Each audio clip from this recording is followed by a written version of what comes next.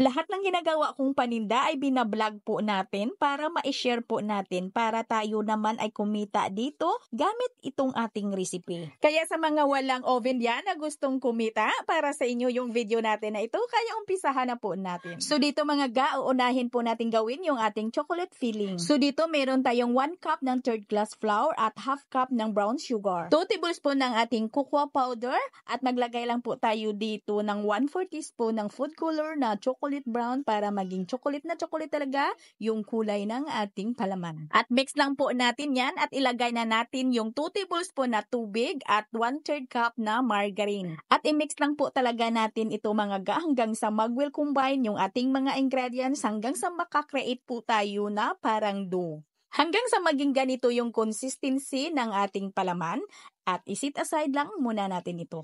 So ngayon gagawa na po tayo ng ating chocolate dough. So dito gagamit lang po ako ng all-purpose flour, 500 grams po ito at half tablespoon ng ating yeast, 7.5 ml yung spoon measurements na gamit ko. At dito maglagay ako ng 1 teaspoon ng bread improver or 5 ml spoon measurement. At maglagay tayo ng half teaspoon food color chocolate brown. At mix lang po natin ito. Gawa lang po tayo dito ng well sa gitna dahil dito natin ilagay yung half cup ng ating brown sugar, 125 ml measurements, at 1 teaspoon ng iodized salt or 5 ml. Half tablespoon ng vanilla, isang piraso na large na itlog, at 1 cup na evaporated milk. At dito maglagay tayo ng 2 tablespoon ng cocoa powder. Dutch brand yung gamit ko ng ating cocoa powder. Pwede naman tayo ditong gumamit ng Bensdorf cocoa powder. At tunawin muna natin yung ating mga dry ingredients bago po natin unti-unting basain yung ating harina. At pagkatapos, ilagay na po natin yung 1/3 cup natin na margarine. Pwede talaga tayo ditong gumamit ng shortening, pwede ding butter compound, at mas lalong pwede yung pure butter. Kung wala po kayong mga machine mga gana, pwedeng magpakinis po ng ating dough, ay masahin nyo lang po ito ng mano-mano at siguraduhin lang po talaga natin na makinis yung ating dough. Itong aking dough na ito ay dinaan ko po ito sa aking dough roller machine at ang percentage po natin ng ating dough ay nakakuha po tayo ng 1,060 ng kabuuan po ng ating dough.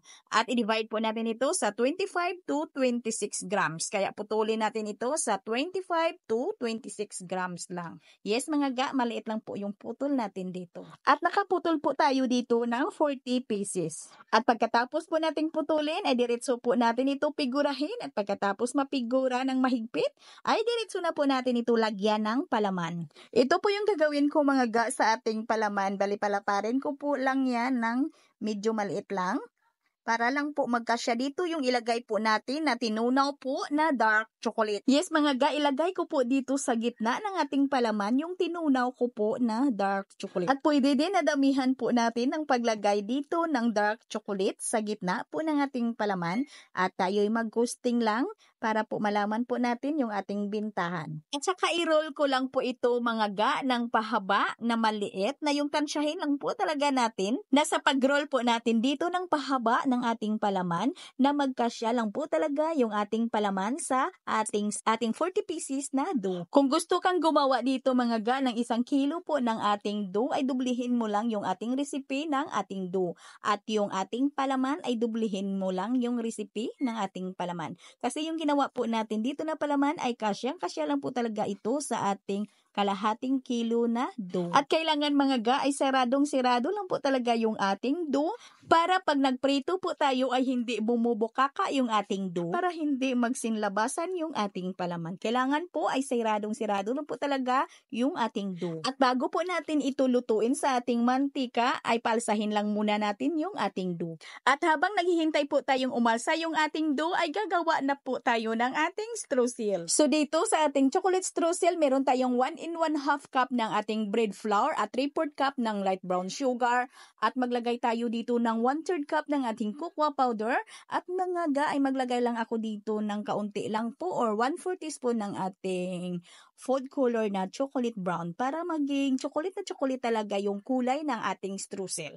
And then mix lang po talaga natin yan at ilagay na po natin dito yung 1/2 cup po natin na margarine. Pwede din tayo ditong gumamit ng unsalted butter. At gaya po ng mga ginagawa po natin sa ating mga video na pag gumawa tayo dito ng streusel ay kailangan po ay piga-pigain lang po talaga natin gamit yung ating malinis na kamay para madali po nating makuha yung tamang consistency or crumbs po ng ating streusel. At lutuin po natin ito yung ating streusel sa mahina lang na apoy ng ating kalan. Lutuin natin ito sa 5 to 7 minutes at kailangan ay haluin lang po talaga natin yan na haluin kasi nag-moist po yung ating harina kasi may margarine po tayo diyan na nilagay. Nag-moist po talaga yung ating streusel kaya huwag po natin tigilan sa paghalo at kailangan po ay idiin-diin lang po natin para madurog lang po yung mga bilog-bilog para hindi po tayo magkaroon ng mga malalaking bilog-bilog dito sa ating streusel. Madali lang po talaga itong lutuin mga ga. Pag umamoy na po yung luto na po natin na harina ay tama na po yan.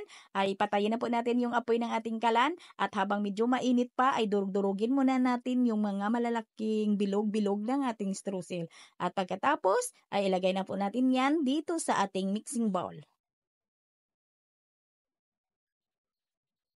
At nang medyo lumamig na yung ating streusel, ay ilagay na natin dito yung 1/4 cup na powdered milk. And then, mix lang po natin yan. At hayaan lang po natin yung mga kulay puti-puti ng ating powdered milk. Wag lang po yan nating durugin kasi ay design po natin yan na may puti-puti yung ating streusel sa ating powdered milk. At ito na mga ga, nang malaki na po yung ating dough, ay lutuin na po natin dito sa mainit po natin na mantika. At kailangan po ay wag lang pong mainit na mainit talaga yung ating mantika. Baka mabigla din at masunog din yung ating dough. At ilagay din natin sa katamtamang apoy yung ating kalan para maging lutong-luto talaga yung loob ng ating dough para hindi din malasado yung ating dough. Kailangan hindi mahinang-mahina yung apoy ng ating kalan dito para hindi din mamantikain yung ating donut. At dito mga ga, gagamit lang po ako ng Jersey chocolate flavor po ng ating condensed. Ibasa po natin dito sa ating donut para dumikit dito yung ginawa po nating streusel. Yung ating ginawa na streusel na ito mga ga ay hindi ito mauubos ha.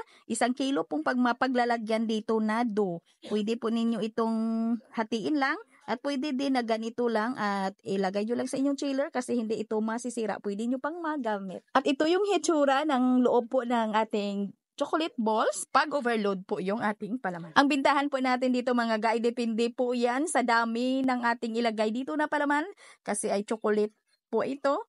Ay medyo mahal yung ating chocolate, tayo magkusting lang bago po tayo magbenta. At hanggang dito lang yung ating video. Sana nagustuhan po ninyo yung ating recipe. Magkita-kita po tayong muli. Ito pong muli ang inyong Kainday Tinapay. Maraming salamat at bye-bye!